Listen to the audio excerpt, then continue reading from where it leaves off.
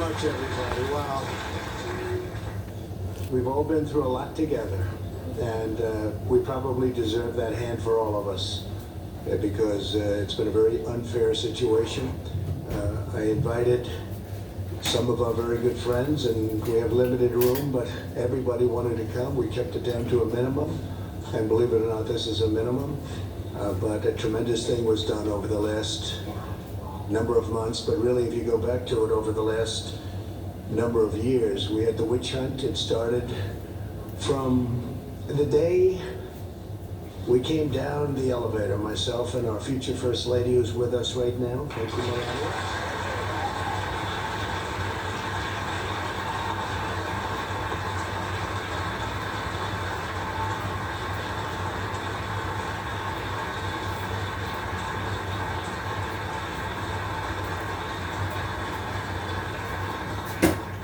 And it never really stopped. We've been going through this now for over 3 years. It was evil, it was corrupt, it was dirty cops. Yep. It was leakers and liars. And this should never ever happen to another president, ever. I don't know that other presidents would have been able to take it. Some people said no, they wouldn't have. But I can tell you, at a minimum, you have to focus on this because it can get away very quickly. No matter who you have with you, it can get away very quickly. It was a disgrace.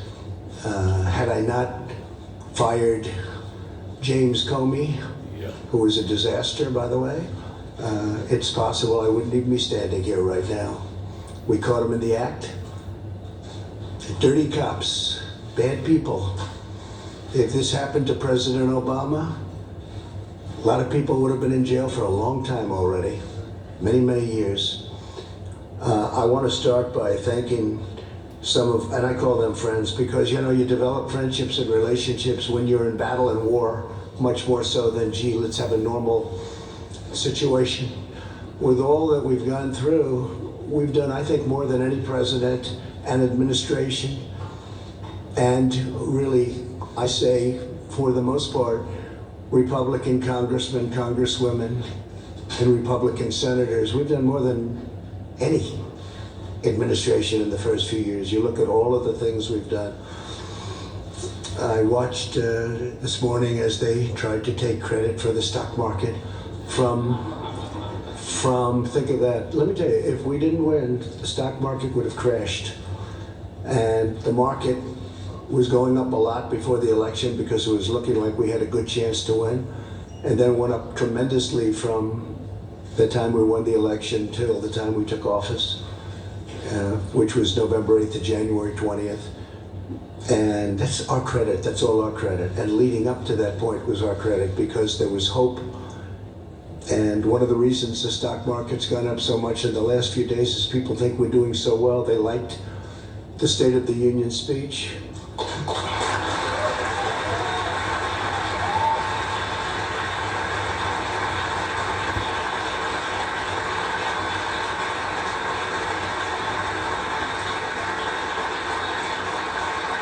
It really is. It's a true honor to give it. Making the State of the Union speech, I was with some people that have been around. They've been all over the world.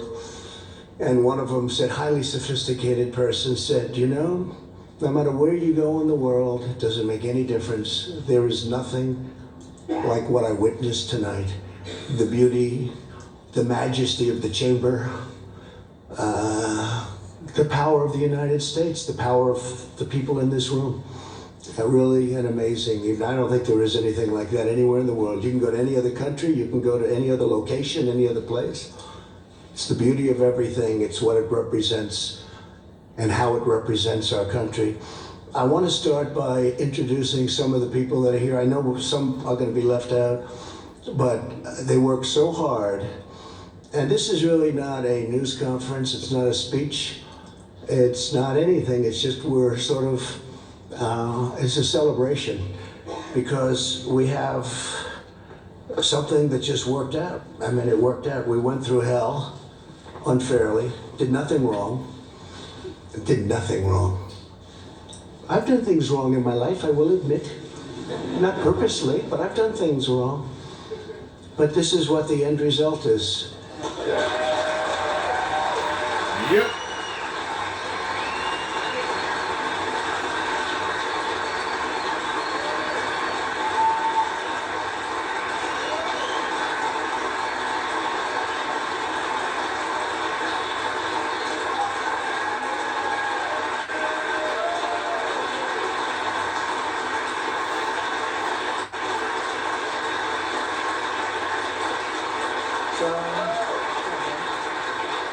You can take that home, honey. Maybe we'll frame it. It's the only good headline I've ever had in the Washington Post. I'll tell you. But every paper is the same. Does anybody have those papers? Does anybody have them? Because they're really like that, so I appreciate that. But some of the people here have been incredible warriors. They're warriors. And there's nothing from a legal standpoint. This is a political thing. And every time I'd say, this is unfair, let's go to court, they say, sir, you can't go to court. This is politics. And we were treated unbelievably unfairly. And you have to understand, we first went through Russia. It was all bullshit. We then went through the Mueller report. And they should have come back one day later. They didn't. They came back 2 years later, after lives were ruined, after people went bankrupt, after people lost all their money. People came to Washington to help other people. Bright-eyed and bushy-tailed, I say. They came, 1 or 2 or 3 people in particular, but many people. We had a rough campaign. It was nasty. It was one of the nastiest, they say. They say Andrew Jackson was always the nastiest campaign. They actually said we topped it. It was a nasty both in the primaries and in the election. But you see, we thought after the election it would stop, but it didn't stop. It just started. And tremendous corruption. So we had a campaign. Little did we know we were running against some very, very bad and evil people with fake dossiers, with all of these horrible, dirty cops that took these dossiers and did bad things. They knew all about it. The FISA courts should be ashamed of themselves. It's a very tough thing. And then we ended up winning on Russia. It should have taken the one day, as I said, and it took years. Then Bob Mueller testified. That didn't work out so well for the other side. But they should have said that first week, because it came out. Is that right, Jim Jordan? They knew in the first 2 days, actually. Devin, is that right? 2 days. They knew that we were totally innocent. But they kept it going, Mark. They kept it going forever.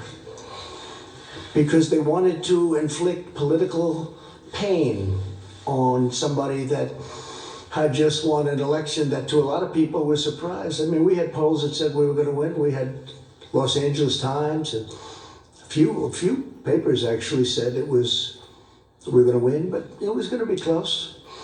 And we did win. It was one of the greatest wins of all time. And they said, okay, he won. And you know, I wrote this down because that was where a thing called the insurance policy, to me, when I saw the insurance policy, and that was done long before the election, that was done when they thought that Hillary Clinton was going to win. And by the way, Hillary Clinton and the DNC paid for millions of dollars, the fake dossier. And now Christopher Steele admits that it's a fake because he got sued by rich people. I should have sued him too, but when you're president, people don't like suing. I want to thank my legal team, by the way, not for that advice, but for other advice. Pat, Jay, Pat, you guys stand up, please. Great job.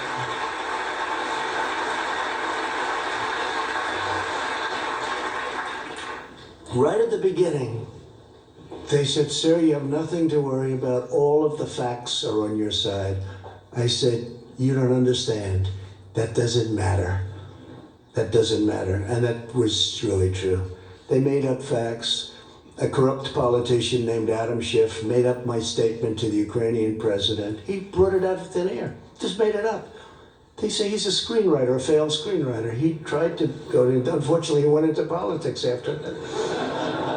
Remember, he said the statement, which is a mob statement, "Don't call me, I'll call you." I didn't say that. Fortunately, for all of us here today and for our country, we had transcripts. We had transcribers, professional transcribers. Then they said, oh, well, maybe the transcription is not correct.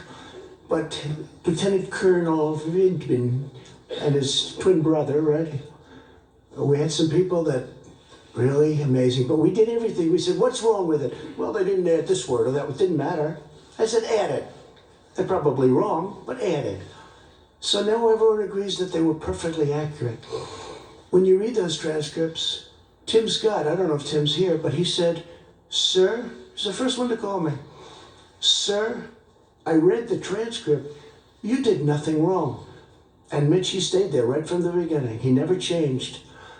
And Mitch McConnell, I want to tell you, you did a fantastic job.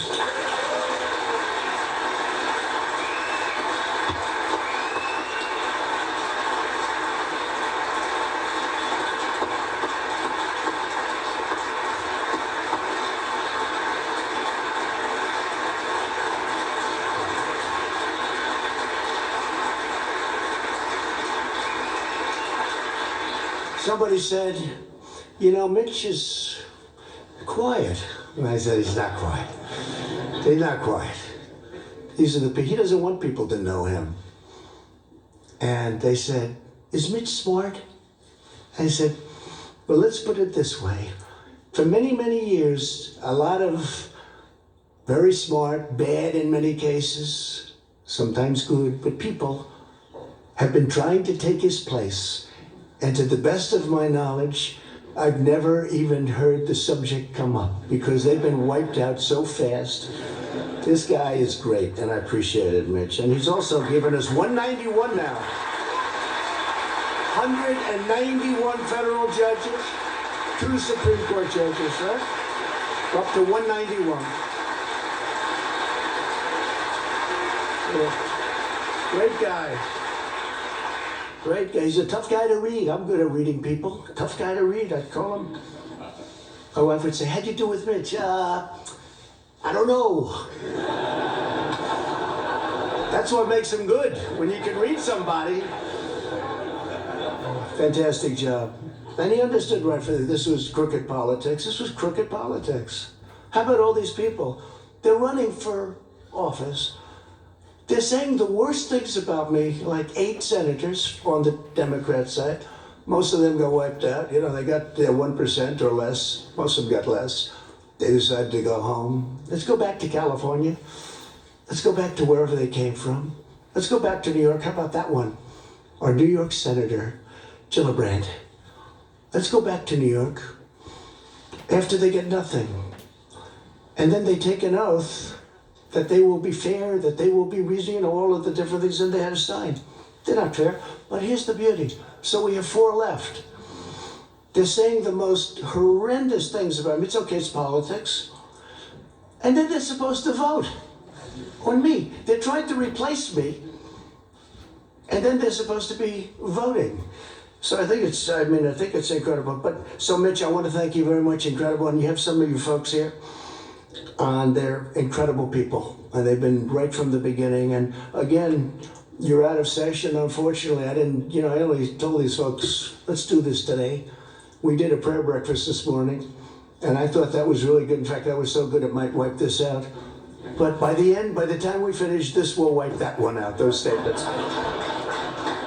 I had Nancy Pelosi sitting 4 seats away, and I'm saying things that a lot of people wouldn't have said, but I meant every word of it. But we have some of the folks that are going to be leaving right after this, and they work hard, and they did work hard. Bill Cassidy, Senator. Stand up, Bill. What a guy. Great man. When I need to know about health insurance and pre-existing conditions and individual mandates, I call Bill or I call Barrasso. We get those two guys, they know more than anybody. A man who just became a senator. He's a little bit like me. We have a couple of them. Very successful guy in business, and he said, what the hell? I'll run for the Senate from Indiana. And he ran, and I saw him on television destroying his opponent in a debate. I said, you know, this guy could win, and I got behind him. And Mike Braun, you have done some great job. Thank you very much. Tough. Tough. Thank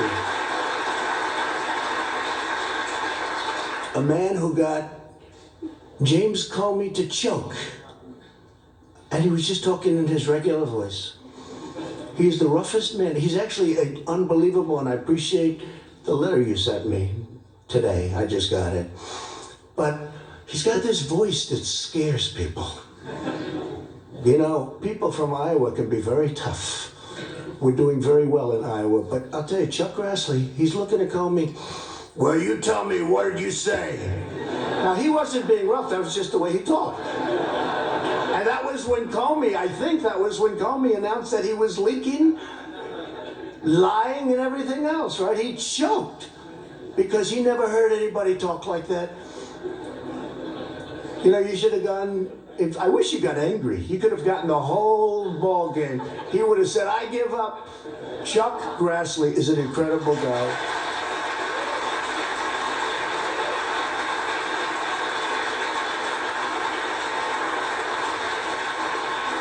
And a man who, you know, he was running against a tough, smart campaigner. We learned how good she was, right?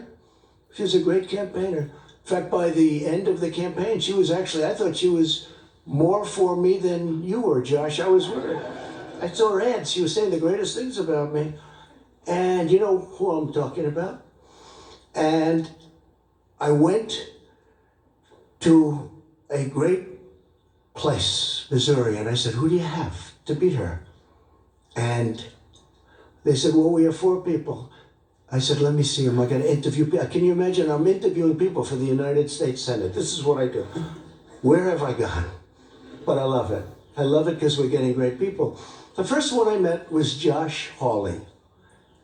After about 10 minutes, I said to the people, don't show me anybody else. This is the guy. He was the Attorney General, did a phenomenal job in the state, highly respected, and Claire McCaskill. So the theory was you couldn't beat her. Great campaigner. Remember the last campaign, she was going to be taken, she was always going to be taken out, and she wins, and people say, how did that happen? Didn't happen with him.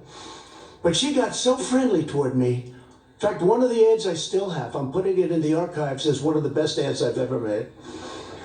And she tried to convince people that we were best friends. But Josh ended up winning by 5 or 6 points. You were unbelievable. You were tough. And you are something. And one of the greatest supporters on the impeachment hoax was Josh Hawley. He was incensed, actually. I watched it. He was incensed at what they were doing and what they were saying. And those were the ones. You know, I had some that said, oh, I wish you didn't make the call. And that's okay. If they need that, it's incorrect. It's totally incorrect. And then you have some that used religion as a crutch. They never used it before. An article written today, never heard him use it before. But today, you know, it's one of those things. But, you know, it's a failed presidential candidate, so things can happen when you fail so badly running for president. But Josh Hawley, I want to thank you. You were right from the beginning. Man, did I make a good choice. Thank you, Jeff. Tremendous future. A man who is brilliant and who actually was deceived to an extent.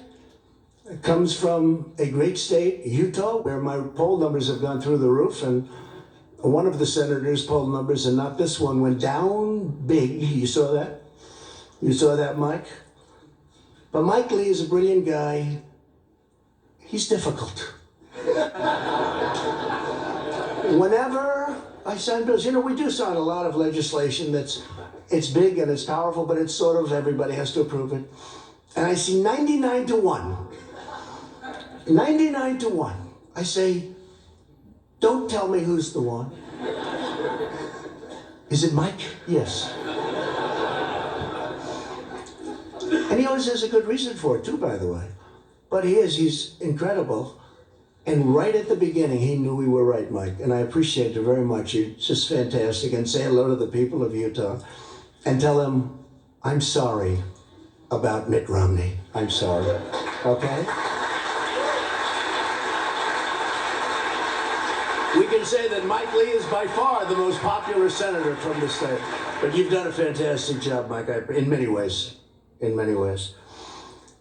A young woman who I didn't know at all, but she's been so supportive, and I've had great support from other people in that state, and she's been so supportive, and she's been downright nasty and mean about the unfairness to the president.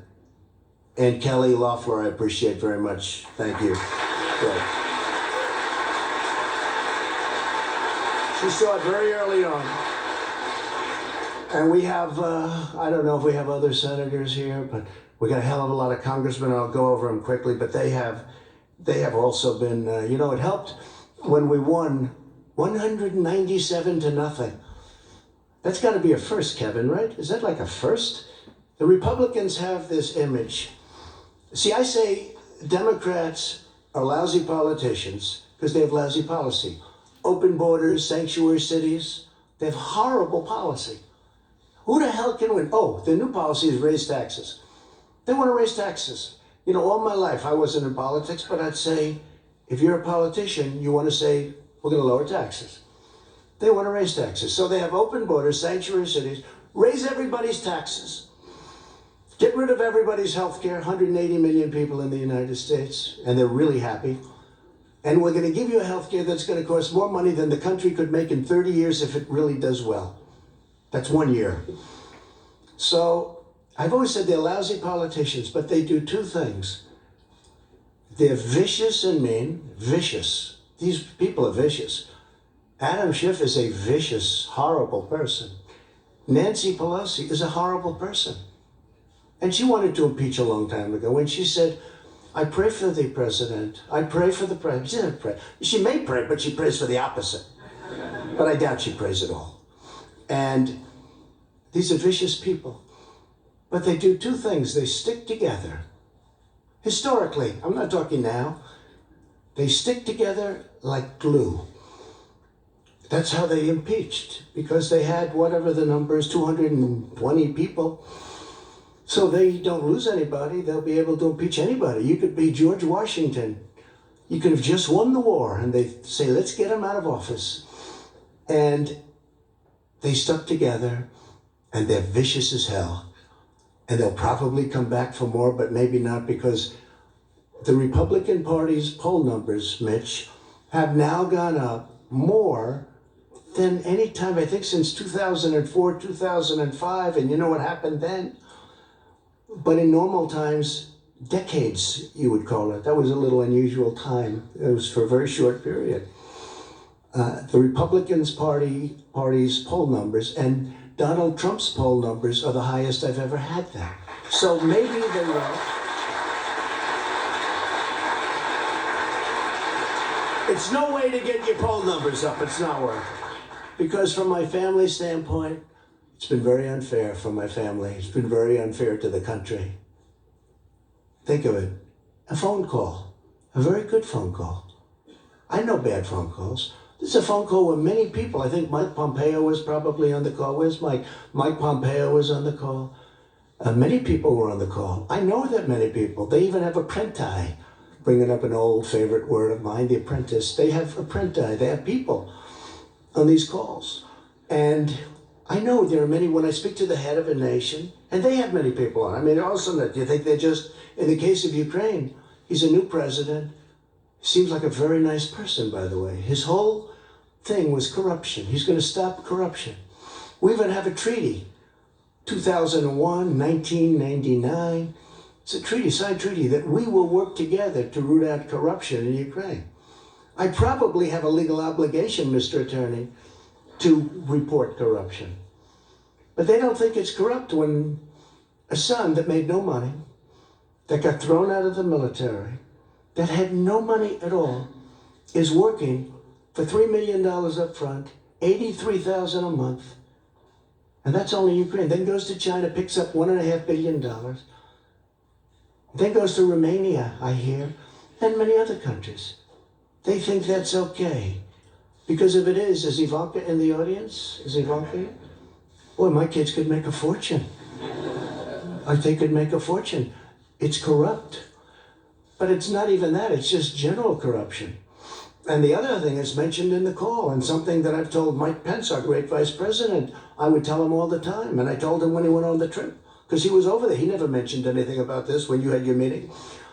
It's a terrible thing. But I told Mike, I said, Mike, we're giving them money, and, you're always talking about that, because we have our country to build, we have our cities to build, and our roads to fix.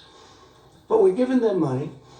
Tell me, why isn't Germany paying money? Why isn't France? Why isn't United Kingdom paying money? Why aren't they paying money? Why are we paying the money? Is that a correct statement, Mike? I say, find out what the hell's going on. And I told that to all of my people, OMB. I said, I asked a question. How much is Germany paying? Why isn't Germany paying? Why is the United States always the sucker? Because we're a bunch of suckers. But that's turning around fast. But it makes it harder when stuff like this happens. Because you want to focus. And you want to focus perfectly. Think what we could have done if the same energy was put into infrastructure, prescription drug prices. Think of what we could have done. And I'm now talking both sides. Think of what we could have done if we had the same genius, because it's genius. I will say it's genius on the other side. Maybe even more so, because they took nothing and brought me to a final vote of impeachment. That's a very ugly word to me. It's a very dark word, very ugly. They took nothing. They took a phone call that was a totally appropriate call. I call it a perfect call, because it was. And they brought me to the final stages of impeachment. But now we have that gorgeous word. I never thought a word would sound so good. It's called total acquittal. Total acquittal.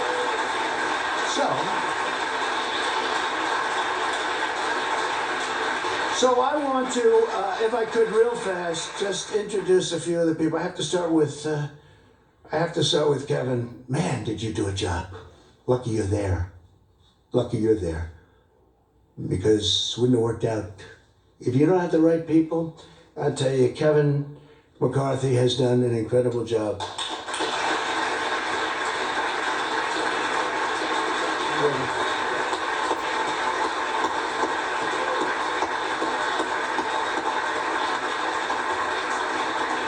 And he loves his job, and he loves his country. Tell you what, Mitch and Kevin, they love what they do. Now, Mitch wouldn't even tell you he liked it. Say, Mitch, do you like it? I don't know. He's the greatest poker player, right? Kevin will say, I love it, right? And I will say that you're going to be Speaker of the House because of this impeachment hoax. I really believe it. I really believe it. And I'm going to work hard on it. I'm going to try and get out to those Trump areas that we won by a lot. And in 18, we didn't win. We just won 2 seats in North Carolina.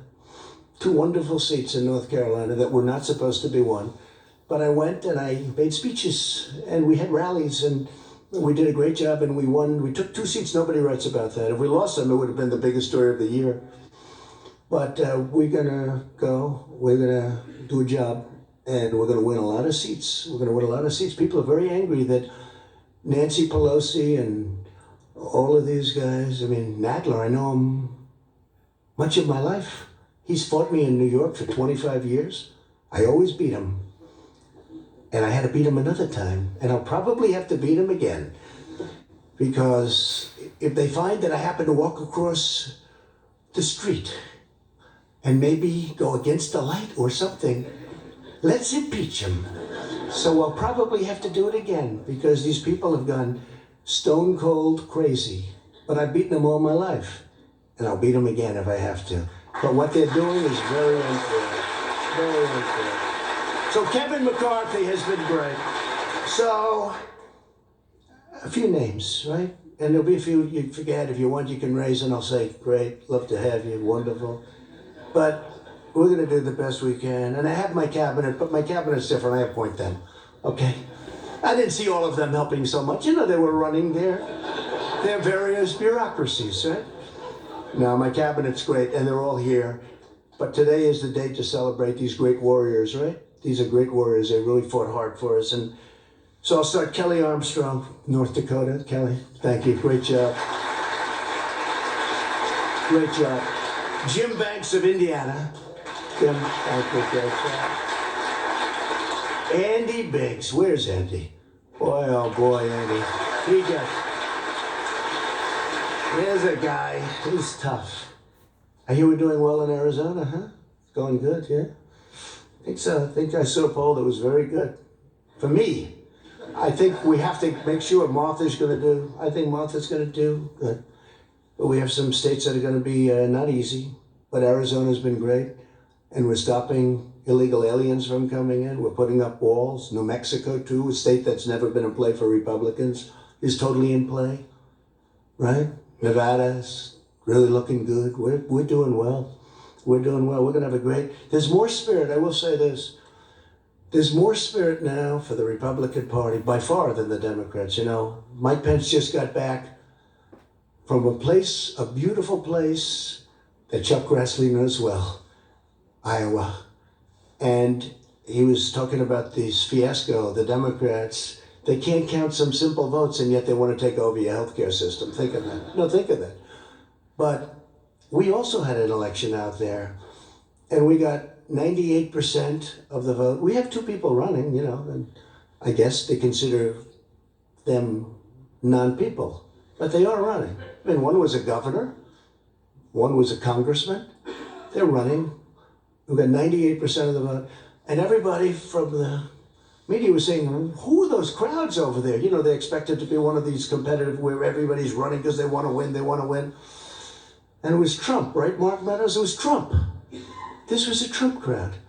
And a lot of my guys went there. They went to Iowa, and a lot of friends went there, and we had tremendous, they say the spirit for the Republican Party right now is stronger, I think, than it's ever been in the history of our country. I think it's stronger than it's ever been. And that includes honest Abe Lincoln. You know, a lot of people forget Abe Lincoln. I wish he were here. I'd give him one hell of an introduction. But he was a Republican. Abe Lincoln, honest Abe. Bradley Byrne, Alabama. What a great place. Thank you, Bradley. A man who has been an unbelievable friend of mine and spokesman, and somebody that I really like. And I know, Kelly, you're going to end up liking him a lot. Something's going to happen that's going to be very good. I don't know. I haven't figured it out yet. But Doug Collins, where is he? Where is Doug? You have been so good. Thank you very much, Doug. Thank you very much. Yeah, thank you. Really amazing job. A young man who is born with a great gene, because I know his father and how great a politician he was, but he's from Florida. Sometimes controversial, but actually he's not controversial. He's solid as a rock, and he's a friend of mine, Matt Gaetz. Matt? Thank you, Matt. Thank you. Great job. All right, this guy. So he's the NCAA meeting a couple of years ago when he was in college, wrestling champion. NCAA, that's the big deal. That means in all of college, you're the champ, you're the best. His record was ridiculous. Nobody could beat him. And I see it, you know, every time I see it. When I first got to know him, Jim Jordan, when I first got to know Jim, I'd say, he never wears a jacket. What the hell's going on? He's obviously very proud of his body.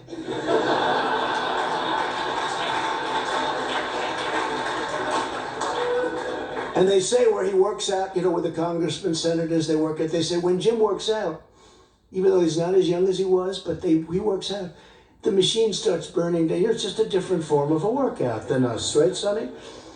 And there he is, look at that guy. But one day I'm looking, and he looks tough, and I'm looking at those ears. And I say, those ears have something going on there. I said, did you ever wrestle? Yeah, I did. But he doesn't talk, but I checked. This guy was a champion, top wrestler. And when I had I had all of the teams. And by the way, your Super Bowl champions are coming, I think next week or soon, very soon. And every one of them want to be here. And the coach loves us. The coach is great, Andy Reid. And every one of them want to be here. People love it. But we had all of the NCAA championship teams here. They had the golf, the basketball, they had every team here. And one of the teams was wrestling. The wrestling team was at Penn State. And Penn State won the title. They have a great team. And I walked up with Jim, and it's like I didn't exist. Those wrestlers, they grabbed him. They love Jim Jordan, and we love you too, because you are some warrior. Yeah. Yeah.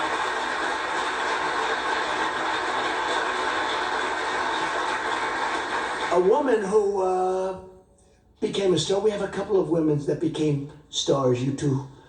And I always liked the name of her, I liked the name, Lesko. I liked it.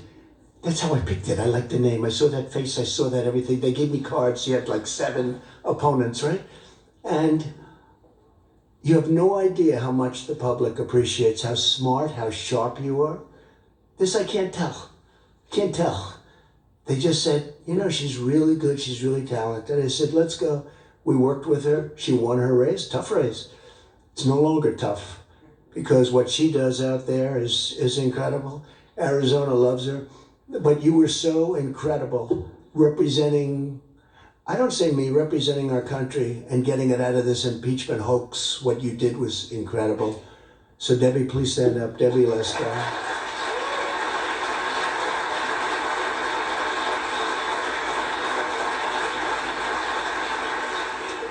A man who I became very friendly with. I don't know why.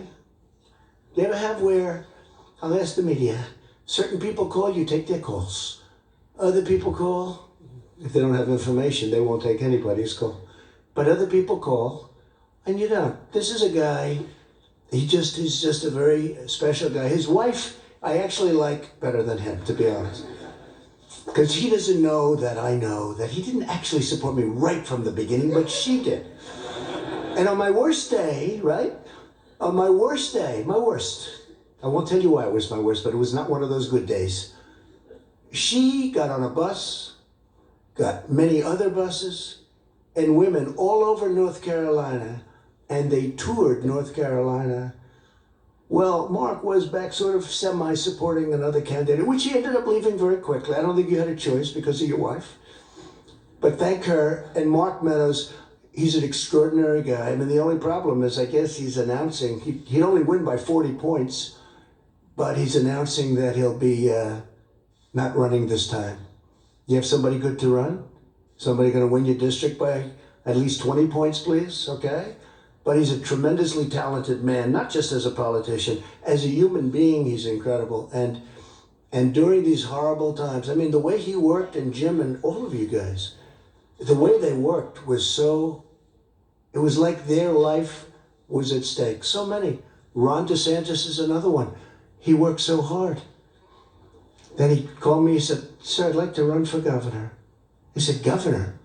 I don't want you to run. I like you staying. No, I want to run for governor. And I said, well, if you have to, I'd like your support. I said, how can I support you? You're at 3. He was at 3, he had no money. Somebody else was at 38, and they had 22 million cash, right? I said, look, if it's important, I'll do it, because he's been another great warrior. And by the way, he ran, I endorsed him. His numbers went through the roof. The man who we beat, who was expected to win easily, called me after the race. He said, you endorsed him, and it was like a nuclear bomb went off. There was nothing I could do. He never even spent his money. He saved it. But Ron DeSantis is another one. And now he's the governor of Florida. And by the way, he's a great governor. He's a very popular governor. His numbers are in the 70s. And he's done a great job. But Mark, I want to thank you very much. Fantastic job. Thank you very much. Mark Meadows. And Mike Johnson of Louisiana. Where's Mike? Central Casting, what a job. You can represent me anytime. You can represent me anytime. Thank you. What a job you've done. Thank you, Mike. And a man nobody's ever heard of except the other side. He's the other side's worst nightmare. This guy goes down into dungeons and basements. He'll find a document no matter what. He's the most legitimate human being. He's the hardest worker. He's unbelievable. He took tremendous abuse. The media and, the other side and the bad ones, the leakers, the liars, the dirty cops, they wanted to destroy him. They tried. They got close, but he wouldn't let it happen. And honestly, in a certain way, he was the first one. Wouldn't you say, Jim and Mark and everything? This was the first guy. He came out of nowhere. He's saying, these people are corrupt. He's still saying it. And he was unbelievable. Devin Nunes, he was unbelievable.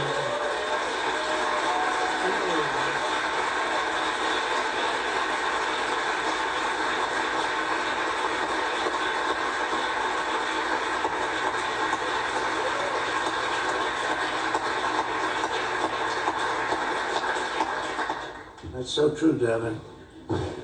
He'd come in and say, I didn't even know him. I just heard there was this congressman who kept going into a basement, into files. He knew something was wrong. You felt it, right? And now we know a lot more than we knew then, right? You never thought it was as bad as it is. And hopefully we're going to take care of things because we can never, ever allow this to happen again.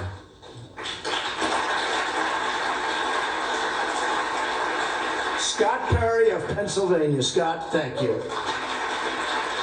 Thank you, Scott. Really great. And you're doing very well over there, by the way, just so your numbers. A man who is central casting. If I'm going to pick Perry Mason, I'm going to do a remake of Perry Mason. Other than Bill Barr, I picked this guy, but I have to say I picked Barr. I picked Barr first, right? John Ratcliffe, right? But I have to tell you, if we're doing a remake of Perry Mason, the man I get, there's nobody in Hollywood like this, John Ratcliffe, right? Stand up there. Such a great lawyer. Incredible guy, incredible talent, but just a great lawyer, and we appreciate it. He gets on that screen and everyone says, I agree. The other side folds up so fast. We'll probably be using a lot of you in the next year. But you have been fantastic, John. We appreciate it. Thank you very much.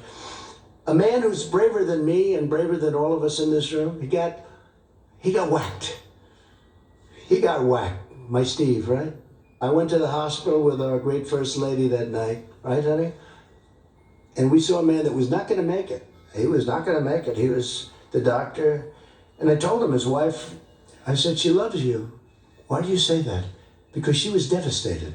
A lot of wives wouldn't give a damn. A lot of wives would have said, hey, yeah. I said, how's he doing? Oh, she couldn't even talk. She was inconsolable. Most wives would say, not good. Listen, I'm going home now. But the doctor came in. The wife is like, she was a total mess. She was really devastated. And it really looked like he had a 25% chance. I think you set a record for blood loss. And Steve Scalise, honestly, I think you're better looking now. You're more